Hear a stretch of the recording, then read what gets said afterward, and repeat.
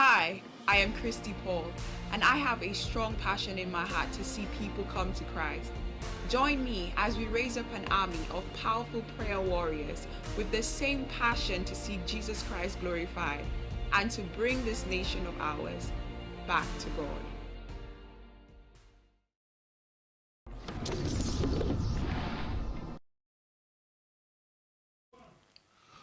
Welcome to another edition of Bring the Nation Back to God. I'm Stuart Freeman, and I'm really excited about my guest today, Marcel Tenconi, who is a British politician, personal trainer, activist, and leader of UKIP since February 2025. Congratulations and welcome. Thank you, Stuart. Thank you for having me. Good. Nick, tell me about your Christian walk.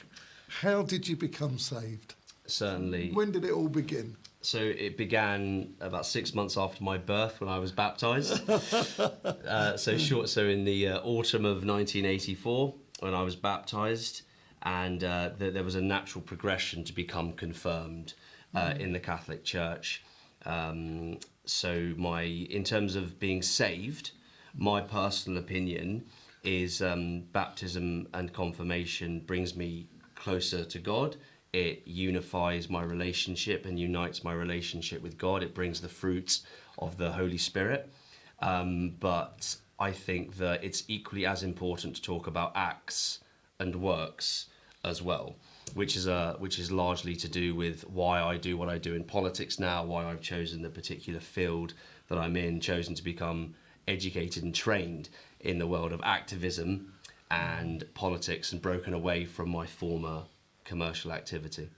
Would you describe yourself as a defender of masculinity, Christianity, and conservative values? What do you mean by that? Explain to me, how does that fit? Tell me. Certainly. So I think that for me personally, around 2019, 2020, for context, I, through a political lens, and when I decided to launch my career in politics, saw the wickedness that we are engulfed in. And I wanted to make a difference, and I wanted to stand up for those, the weak and the vulnerable, those who have lost hope, those who face destitution, those who have become desolate. And as a blue-blooded conservative in a very religious and political household, at least philosophically, certainly, and in terms of morals and ethics, I've cultivated a mindset that a man's faith and his political ideology should go hand in hand. So if I talk you through first what I mean by defender of conservative values, I mean that there are a few bastions left against the evil we are engulfed by. So to name a few: communism, Marxism, Islamism, globalism. And conservatism as an ideology is to protect, to defend, to foster, and to reject progressivism, and obviously stand up for traditional family values, family being at the centre and our faith being at the centre of our ideology. And in terms of defender of masculinity, this again is something that is always trying to be destroyed. In the progressive era, we see the radical left and the moderate lefty socialists as well looking to destroy masculinity, because masculinity as a divine gift from God, by definition, tells us as men to be very careful of the emotional side of existence, right, when clinical justice is required, and to stand up to defend and protect, again, a divine gift from God.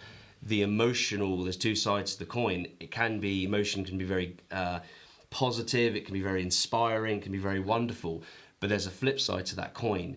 It also is the devil's whispering in the ear, like so many techniques he has, to break us down and to reject and to deny our masculinity. So we must stand for our political ideology.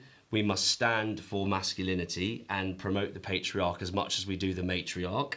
And in terms of Christianity, we're under orders as baptized Christians, as disciples, we are under orders to defend, protect and promote the faith. But outside of those orders, why wouldn't we want to defend, protect? We're asking for that honour because it is the one true faith. It's very interesting, and it's quite refreshing to see somebody that is sticking up for the Christian faith, and whereas we see it being watered down all the time, and there you are, you're going out and you're saying, right, I'm going to bring the UK back to its Christian heritage, and that's really lovely to hear. So you became the leader of UKIP, a party that has had a checkered, I would say not a checkered career, but it was very, very dominant when we were coming out of the, or campaigning out of the EU, and then it once that was accomplished, that's where you found it, or the party found it difficult, isn't it? So where are you repositioning UKIP? Tell me about where you're going to, if you like, take it into a new era. Absolutely. So I was approached by UKIP, like many socially conservative or right-wing voters or mindsets. They were part of the Conservative Party. That the Conservative Party became beyond problematic with their behaviours and being a broad tent, broad church, Trojan horse for Islam, and a Trojan horse for liberalism on steroids and globalist puppets. I like it. That's being nice. That's being polite and kind. So I was very interested in UKIP throughout being attentive to politics, and then launching my political career through Turning Point UK. And then I was actually approached by UKIP, and I said, well, yes, but the direction that I have in mind, and I want to be able to stand, the direction I have in mind must be Christianity first, second and third, and to promote the importance of taking our country back and the importance of telling the electorate that we must have our political ideology and our faith at the forefront of everything we do, not a broad tent, broad church, stand for everything, stand for nothing kind of party. So I found myself in the position of becoming deputy leader, which then led to being interim leader, and as you say, ratified as permanent leader earlier this year. So the direction is simple. We are taking our country back and delivering justice to the British people, and we are reinstating Christianity back into the heart of government, and we want independence from the Islamists, we want independence from the communists, we want independence from the Marxists and from the globalists. So we still are fighting for our independence, because obviously we are taught freedom and free will in Christianity. So we are still fighting for our independence from a new set of, well, both new and old set of enemies. Was Brexit achieved? This is before my time. Was Brexit achieved? The vast majority of people that voted for Brexit voted to have control over their borders and to decree and declare this as a sovereign land. I think Nigel knew in his heart of hearts that Brexit potentially was never, ever going to be a success. And now we have an incredibly problematic situation in the North Sea with regards to Northern Ireland.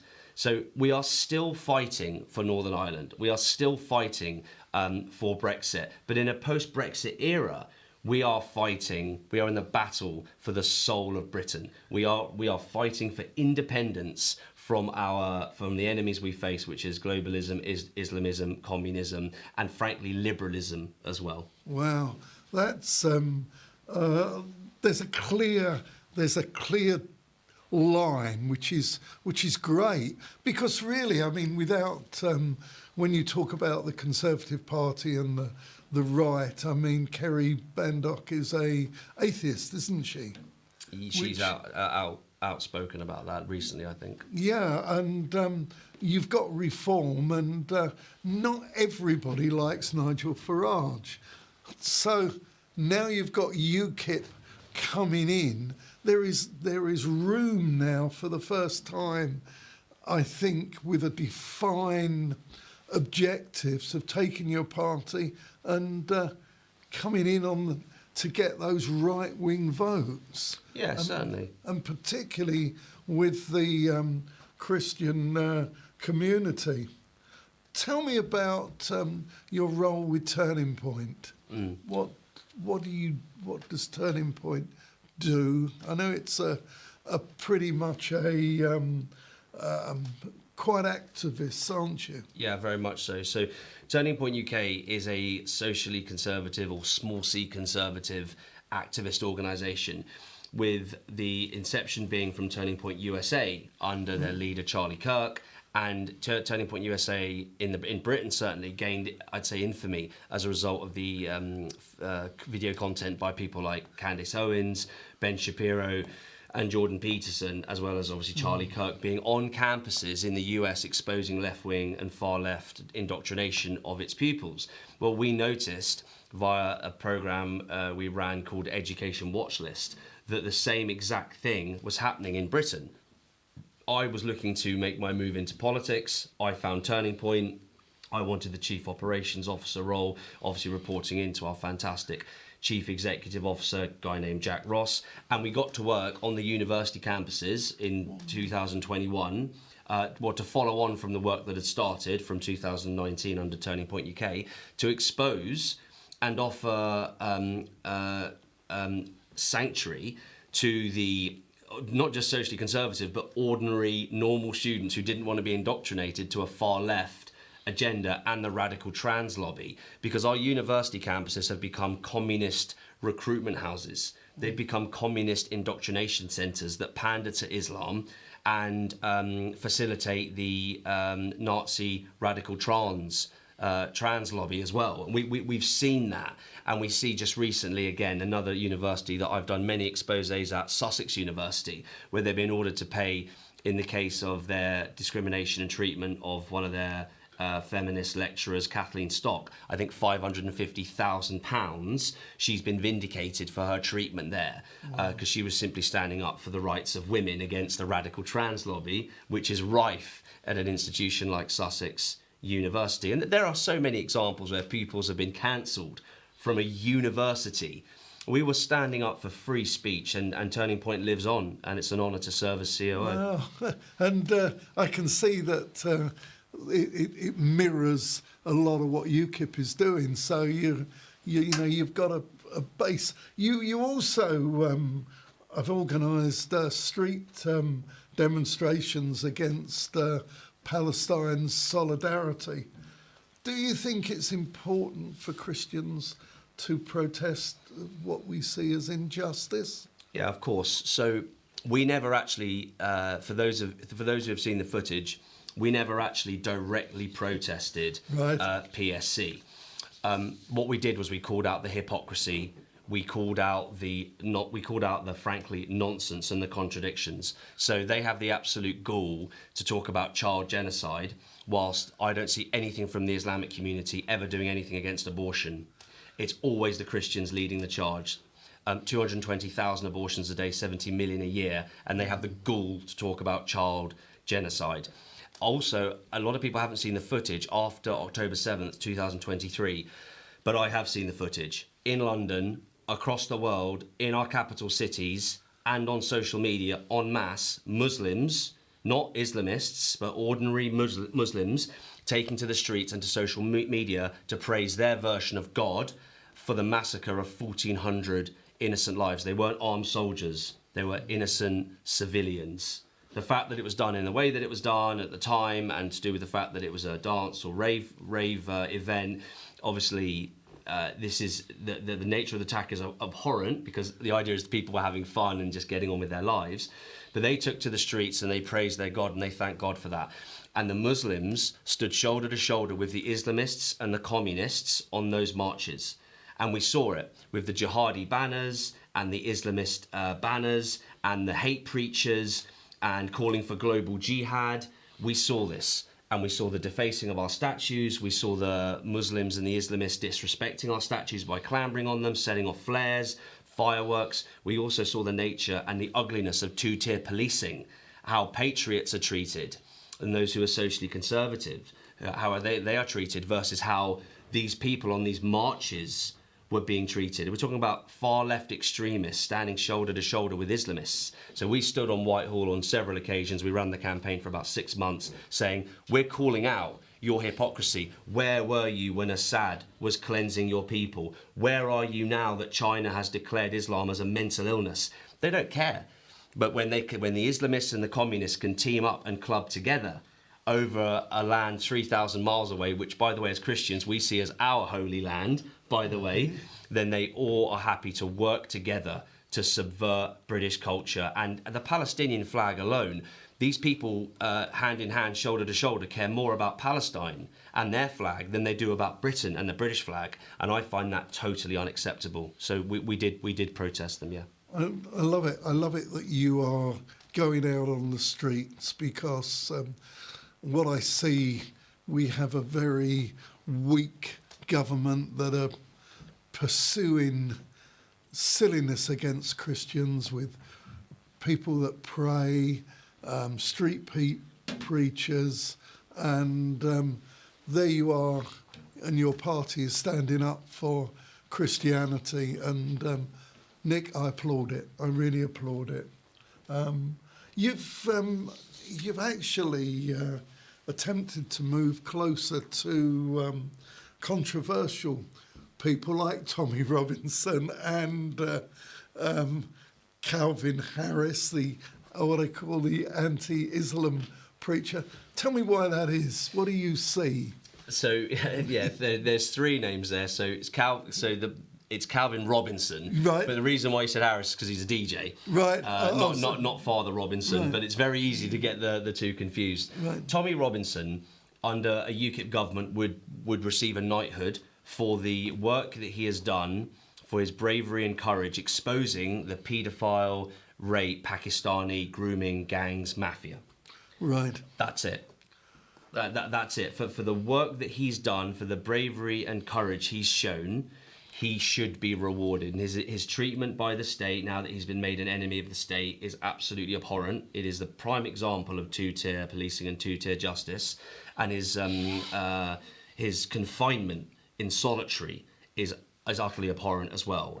Bearing in mind it was a civil offence. All he did was tell his side, and he of the story relating to the incident back in, I want to say, circa 2017, 2018. And I think the public should make their own mind up.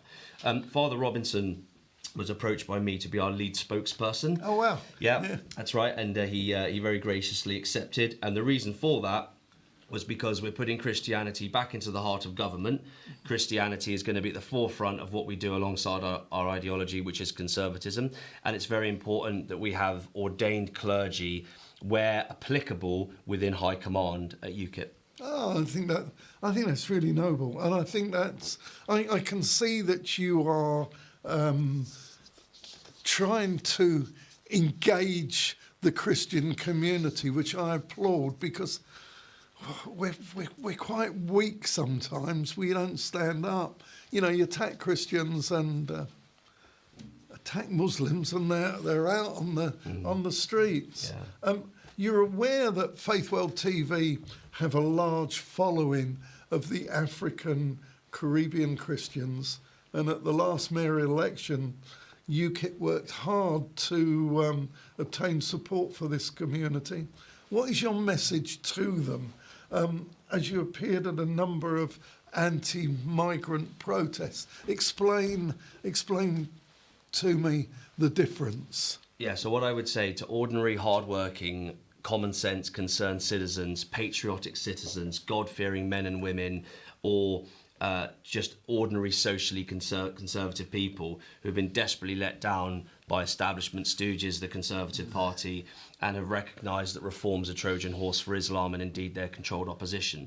What I would say to those people, those communities, is that as much as it might displease some people, at UKIP we do not recognise skin colour. We are not interested in skin colour. We are, however, very interested in culture. We are very interested in faith. We are very interested in political ideology. You see, we feel that man has turned his back both on God, severing his relationship with God and therefore grace, and his political ideology. This has allowed for materialistic atheism, godlessness, secularism, degeneracy and debauchery to grow on steroids. We have turned our back on a corrupt, global, elitist, left-leaning establishment run by a communist-inspired globalist agenda, and now we're bearing their fruit, but we're bearing our sins, and the sacrifice must now come, which is to say that no one voted for mass uncontrolled immigration. No one voted for illegal immigration. No one voted for the spread of the Islamic Caliphate or Islamic State in Britain. And no one voted for the denigration and the defunding of Christianity. But in life, you don't get what you wish for, you get what you fight for. So if you want to see Christianity reinstated into the heart of government, if you want to see an end to communist indoctrination in our British institutions and on our university campuses, if you want to see an end to Marxist indoctrination, if you want to see an end to the Islamic Caliphate and to Islamists terrorizing and murdering our Christian brothers and sisters, and if you want to see an end to people here legally, it's illegal immigration is a red herring. If you want to see an end to mass uncontrolled legal immigration, when we use the phrase mass uncontrolled, we're referring to legal immigration, where we have imported the dregs of the third world, where we have imported those who have malintent on British culture and Christianity, those who are here to colonize us, those who are here to subvert British culture and Christianity. If you want to see an end to all of that and to protect the family unit, it is time to join UKIP, get behind UKIP, put your name forward to stand for the party, and when you have a candidate in your area, you can actually vote UKIP, and together we can take Britain back. Oh, I love your thoughts, because I look at London, and I was saying to you off camera that I spend a lot of my time in Spain. I've lived out there for 17 years, and in Spain, they don't have knife crime. It's but when you look, and on a Sunday, Nick, all the shops are closed. You go into the restaurants, and it's all the families are there. And I think where we've broken down in the UK is that the families are not in the churches. There's a lot of I'm not saying single parents, because that's wrong, but there's a lot of broken homes. And I think that attracts the gangs. If we can get back to families going back to church, you won't get the knife crime, because we will, they will be in a family environment. And I love what you say about UKIP, bringing this back to the families. We have a movement called Bring the Nation Back to God, and we have a massive revival meeting in August. Would you endorse this movement, which is trying to bring our great nation back to Christ? So I have the honour of being the founder of a Christian activist organisation in the UK, which I like to think has taken our country by storm. Just recently, we were protesting outside a school in Eastleigh. The head teacher there had written to parents to appease Islamic families, essentially by cancelling Easter so that she could achieve financial reward from the Home Office as a result of ticking a diversity box. So if that makes you and your viewers incensed and frankly angry, we're not angry enough. And we protested there, and the content's gone fairly viral. I am all for, and let me stress this, put the heaviest of emphasis on this, all Christian gatherings, all Christian sermons, all Christian events, the activism timeline that we should all be creating must now be totally political, because for too long it hasn't been. And we've got these woke churches and these progressive churches that fly the LGB flag outside the church, fly the TQAI plus flag outside the church.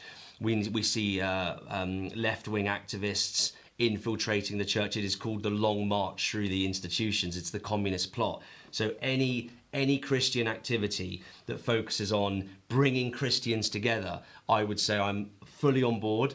I'm fully supportive. Let me help. Ask me to be a speaker. And for goodness sake, guys, we've got to get political. Yeah, you you think that it's a time that we should be now standing up, as we, standing up for Christ, as our values are being diluted all the time. Values are being diluted all the time. Christianity, a lot of this is state-sponsored. So when we talk about the denigration, the demoralisation, the defunding, this is all state-sponsored. But we must also take personal responsibility for ourselves. We must take personal responsibility for... I'll give it another good example. You mentioned in Europe, Sundays, a lot of the time, it's quieter. And I've seen that in Germany, in Spain, in France, in Italy. A lot of the problems can be solved by instilling a government that's putting Christianity back into the heart of government, returning a majority at the general election. But we must also take accountability for our life decisions. And that, again, is something that liberalism fosters, for us to essentially operate in this freedom of consequences environment, which is absolutely not okay. And as baptized Christians, as disciples, we should be leading the charge, setting the example, setting the tone. We're not angry enough, and it is time to fight back. It's the time for flipping tables now. Love it. Well, Nick, I've really enjoyed our chat. We haven't covered half the things that we wanted to. Would you come back at a future date on Faith World TV? Absolutely. Yeah, and viewers, if you want to join UKIP and join a party that is reaching out for Christian values, then go to the website, it's on the screen, and join up. Join up today. Beautiful people, if you love what we do here at Faith World TV, join us on our mission to expansion, reaching far more people than ever. As we enlarge our capacity for more, support the cause by scanning the QR codes on your screens now. You can partner with any amount that is on your heart. Together, we can create a positive impact.